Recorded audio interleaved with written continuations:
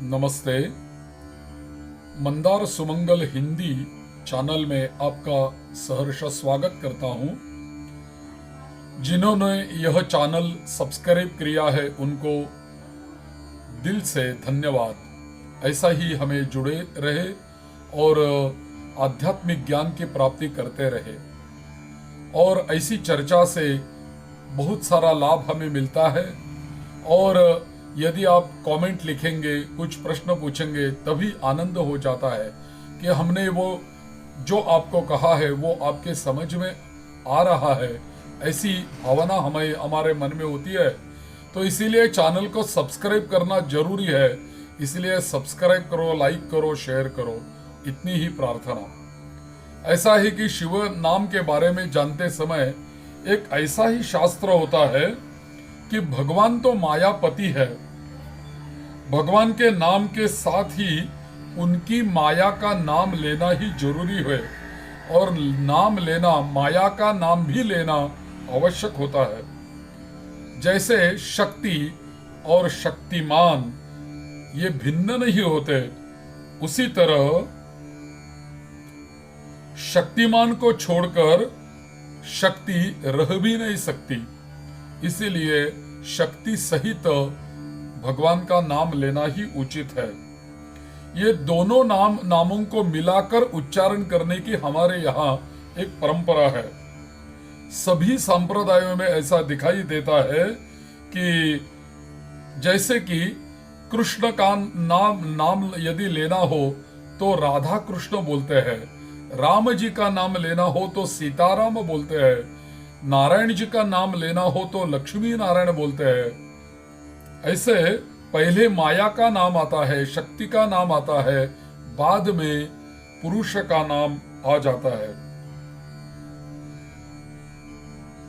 नारायण ने नारद से कहा है पुराण में कि देखो नारद, प्रकृति तो जगत की माता है तथा पुरुष जो होता है वो जगत के पिता है। लेकिन तीनों लोक में पिता से बढ़कर माता का महत्व है, क्योंकि वंदन पहले तो माता को किया जाता है, बाद में पिता को किया जाता है। जैसे कि मातृदेवो भव पहले आता है, बाद में पितृदेवो भव आता है। तो माता का तीनों लोकों में दर्जा जो है पिता से 100 गुना अधिक है। इसीलिए पहले माता का नाम लेना जरूरी है और माता का नाम लेने के पश्चात पिता का नाम लेना उचित होता है। जैसे कि मैंने बताया, राधा कृष्ण, गौरी शंकर, राधा कृष्ण, गौरी शंकर, लक्ष्मी नारायण, ईश गौरी, ऐसा नहीं होता। देखो, ईश का नाम पहले और गौरी का नाम बाद में, ऐसा नहीं हो सकता। गौरीश, गौरी ईश ऐसा हो सकता है। तो पहले पुरुष का नाम उच्चारण करके पश्चात माया का नाम, प्रकृति का नाम जो कोई मानव करता है वह मनुष्य वेद वाक्य का उल्लंघन भी करता है और मातृद्वेषी भी होता है। इसलिए मातृद्वेष कभी भी हमारे जीवन में आना नहीं चाहिए। माता को हमेशा वंदन करना चाहिए। इसलिए हमेशा नाम लेते समय माता का नाम पहले और पिता का नाम बाद में, यानी गौरी शंकर बोलो या राधा कृष्ण बोलो या सीताराम बोलो या लक्ष्मी नारायण बोलो, ऐसे माता का नाम पहले लेते रहो। आदि राधा का नाम होगा, बाद में कृष्ण का नाम होगा, राधा कृष्ण। ऐसे नाम का जाप करने वाला, कृष्ण का नाम लेने वाला पंडित योगी अपने आप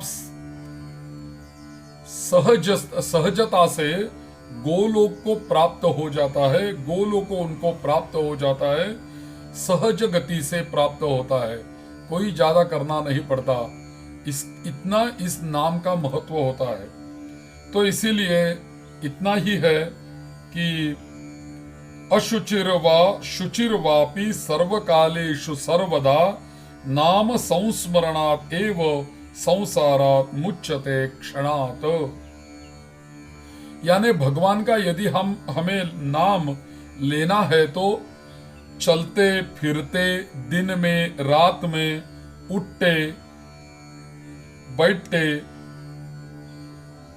जैसे ही हो वैसे ही भगवान का नामस्मरण हम कर सकते हैं और करना चाहिए। इसमें कोई बाधा नहीं होती।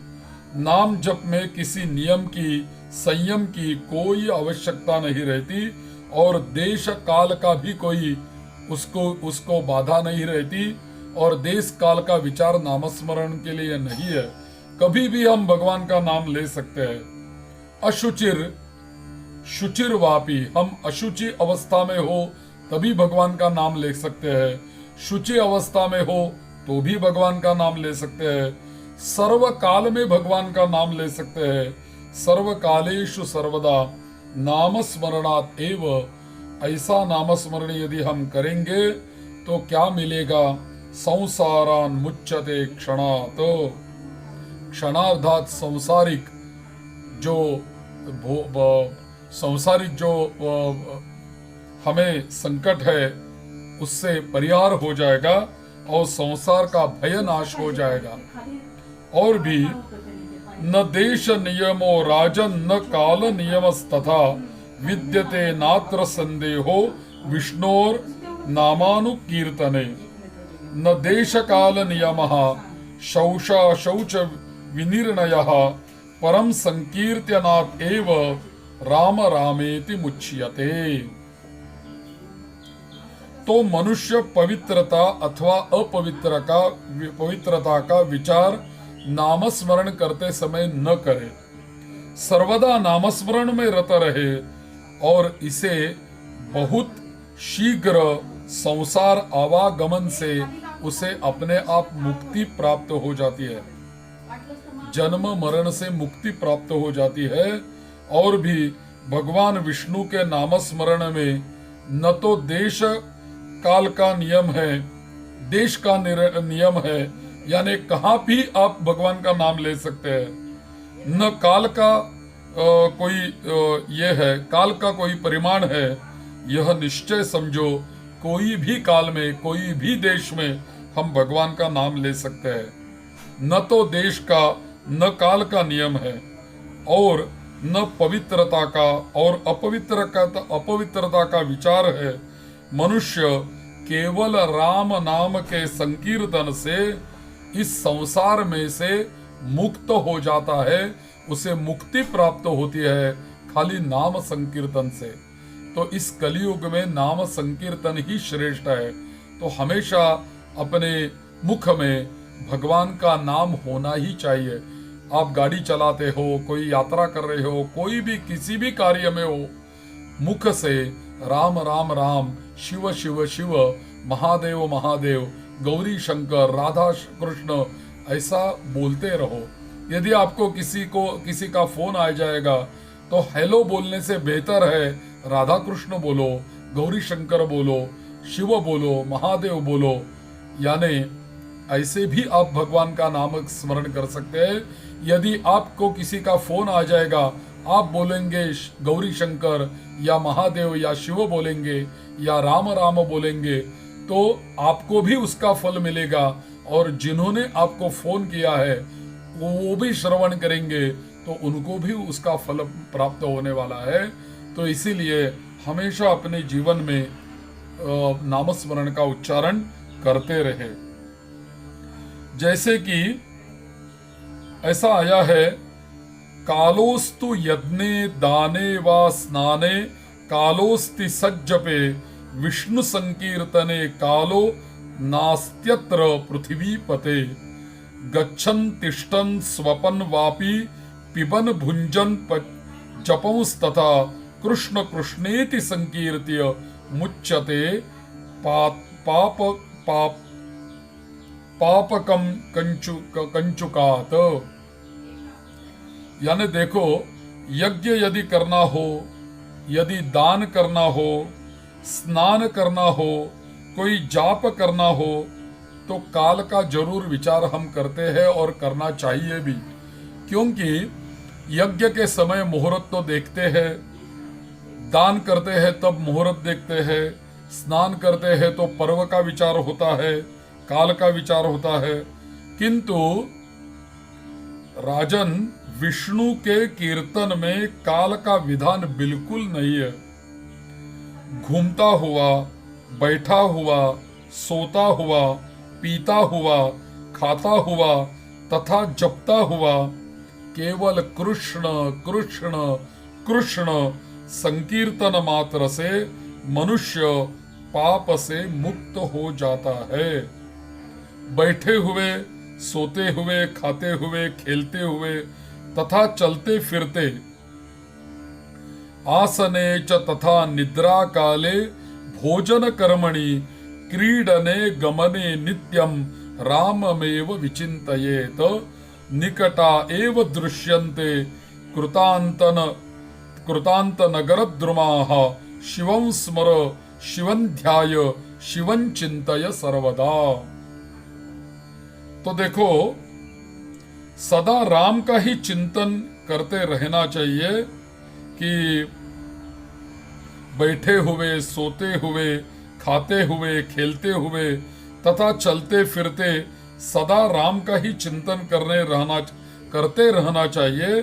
और भी यमपुरी की यदि वृक्षावली निकट ही दिखलाई हो देती है, इसीलिए हमेशा शिव का स्मरण करो, शिव का ध्यान करो, शिव का उच्चारण करो और शिव काल में स्मरण कर, शिव का ही स्मरण करते करते कब शिव का स्मरण करे, चलते फिरते, सोते जागते, उठते बैठते तथा आँख खोले हुए और मूंदे हुए पवित्रता में अथवा अपवित्रता में शिव शिव शिव शिव चिंतन करना चाहिए। आपकी यदि कृष्ण भक्ति होगी तो कृष्ण कृष्ण कृष्ण बोलना चाहिए, राम भक्ति होगी तो श्री राम या खाली राम राम राम बोलना चाहिए। देखो, ऐसा नाम का महात्म्य है। और जब अपने आप हो जाता है, नाम संकीर्तन से हमें भक्ति की प्राप्ति हो जाती है, भगवान की प्राप्ति हो जाती है। और हमेशा हम भगवान का यदि नाम लेते रहेंगे तो भगवान का ध्यान नाम स्मरण करने वाले मानवों के ऊपर हमेशा बना रहता है। भगवान के भी ध्यान में हम रह जाते हैं, क्योंकि नाम लेने से वो उनको पुकारा मिलता है, तो हमेशा उनका सानिध्य, नाम स्मरण से भगवान का ही सानिध्य हमें प्राप्त होता है। इसीलिए इस कलियुग में नाम स्मरण की बहुत विशेषता है। इसीलिए जरूर हमारे जीवन में नाम स्मरण होना चाहिए। और अभी भी बहुत सारी जानकारी नामस्मरण के बारे में मैं आगे वीडियो में देने वाला हूँ। जरूर ऐसे जुड़ते रहे। और यदि आपको वीडियो पसंद आ जाएगा तो दूसरों को शेयर करें, लाइक करें, कमेंट करें, ताकि मुझे चैनल बनाने में या वीडियो बनाने में आनंद आ जाएगा और भी दूसरे लोगों को भी ये ज्ञान अपने आप घर बैठे प्राप्त हो जाएगा। आपको उसका पुण्य भी मिलेगा, मुझे भी उसका पुण्य मिलेगा। सभी को हमें तो पुण्यवान बनाना है। अच्छी भक्ति हर एक के जीवन में आनी चाहिए। ऐसी ही कामना शिव जी के चरणों में हमारी रखते हुए मैं ये वीडियो समाप्त करता हूँ। वीडियो के नीचे डिस्क्रिप्शन में कोई शिव जी के स्तोत्रों के लिंक मैं भिजवा रहा हूँ, वो भी देख ले, उसे क्लिक करके वो स्तोत्र श्रवण करे। यही प्रार्थना। नमः शिवाय, नमः शिवाय। शिव शिव शिव, कृष्ण कृष्ण कृष्ण, राम राम राम।